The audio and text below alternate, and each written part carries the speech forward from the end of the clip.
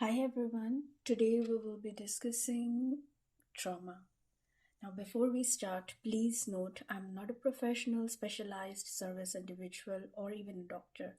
I'm only here to share the information based on my experience and the learning I had from different channels and people who are very close to me.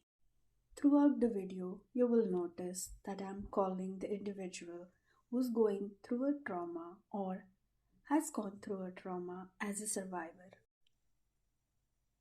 Now, what is this event that we call trauma? It is basically an accident, a death, breakups, or any other mishaps in your life. Now, these can have an impact on the person directly involved, or it could be that it is happening to someone close to you. The consequences are the same, and the damages sometimes are beyond physical aches or injuries or even material losses. Post the tragic event, the survivors involved could feel powerless, scared, anxious, and even tired. And this could last for days, weeks, months, or sometimes, sadly, even years. If you or someone near and dear to you has gone through or is going through any of these tragic events, please understand the adverse effects of these are different for different people. The way they feel or the way they react. Some people may reach out to their family and friends for support, others may seek professional help from a doctor, or they could even not say anything at all to anyone and deal with it on their own, alienating themselves completely from their family, friends, or even society. The recovery time is different for everyone, irrespective of the event and the severity of it. So please do not, under any circumstances, undervalue the survivor's needs and behavior in such scenario. We as individuals in our day-to-day life will subconsciously avoid any harmful situations or conflicting situations surrounding us. But these tragic events may destroy the survivor's safety net, and thus they may start to feel insecure, feared, scared, and all those things that are really harmful for their mental health.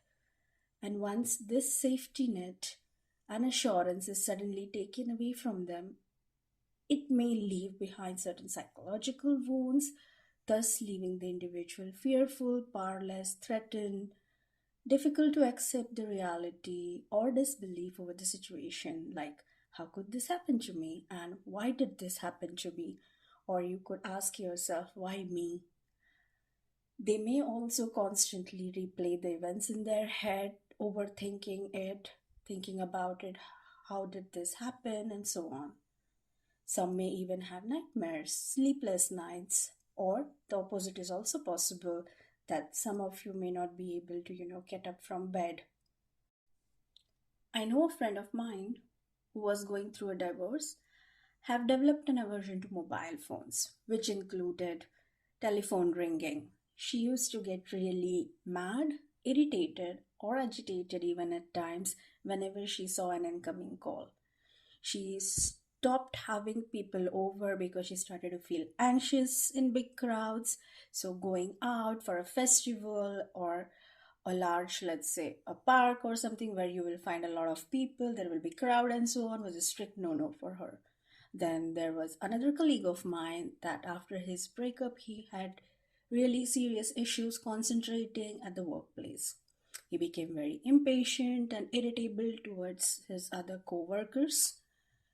Some may go through physical problems like gut issues, nausea, trembling hands, heart palpitations, loss of sexual desires, etc. So it's really different for different people what the symptoms could be. I know a lot of people also feel guilt that the event is somehow their fault, their mistake, that they did something that caused it. Now, all these symptoms are really different for everyone around you, so please be careful. These invisible scars will need care and attention for the healing process to start, as the survivors could become more careful and vigilant in their life to avoid certain situations from reoccurring. And when these symptoms start to affect an individual's life negatively, This is what people call PTSD, post traumatic stress disorder. Again, please note I'm not a professional individual or a doctor. I'm just here to share my experience based on the learnings I had from different channels and people around me. Next, I will talk about integration, adjustment, and adaptation post the tragic event in order to get your life back on track for survivors and others involved. First, let's talk about survivors. Always remember, no matter how hard it becomes, please talk about it. What happened? Acknowledge it. Speak to someone that you're close to. Try to talk it out.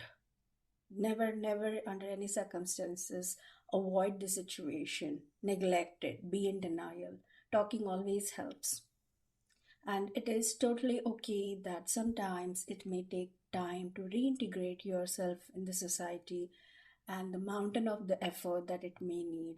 Always remember baby steps. Take your time and rest well.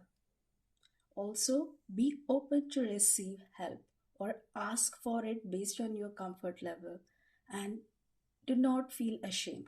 It is not your fault. Just remember that. Keep telling yourself that it is not your fault. If necessary, do build boundaries around you on what do you want to discuss about the event, how much you want to discuss, and who do you want to open up to. It's totally up to you and your comfort. Always take baby steps. Do not rush for it, but make sure you are talking about it, acknowledging it. In my personal life, whenever I had difficult times in the past, I usually just go and cry. Crying helps for me. I know for some people it does as well. So, whatever helps for you, be crying, watching something funny, playing with your dog or your kid, or anything else that may help you. Now, if someone close to you is suffering, you can watch out for the next tips and tricks. Be genuinely involved and listen. Show interest, be attentive, be empathetic. And these are some important don'ts that you should not be doing in front of the person who's going through such a tragic event. Do not make fun of them under any circumstances. Don't laugh at them, belittle their problem. Doesn't matter how small it may seem to you. For you, it's nothing, but for the person who is suffering, it's everything. So never underestimate somebody else's situation. And do not dismiss the impact of the event on the survivor's life.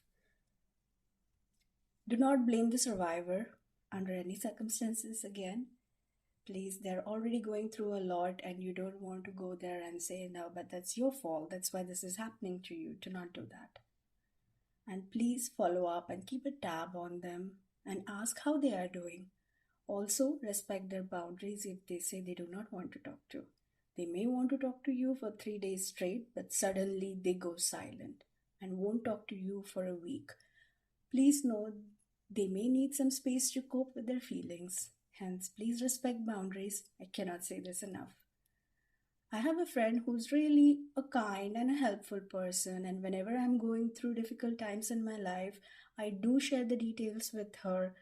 Post that she will be constantly sending me text, calling me, coming over to my house, etc.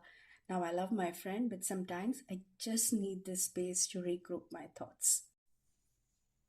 We will discuss more on how to be a good listener without any judgment, without being pushy, and comparing in one of my upcoming videos. So please stay tuned.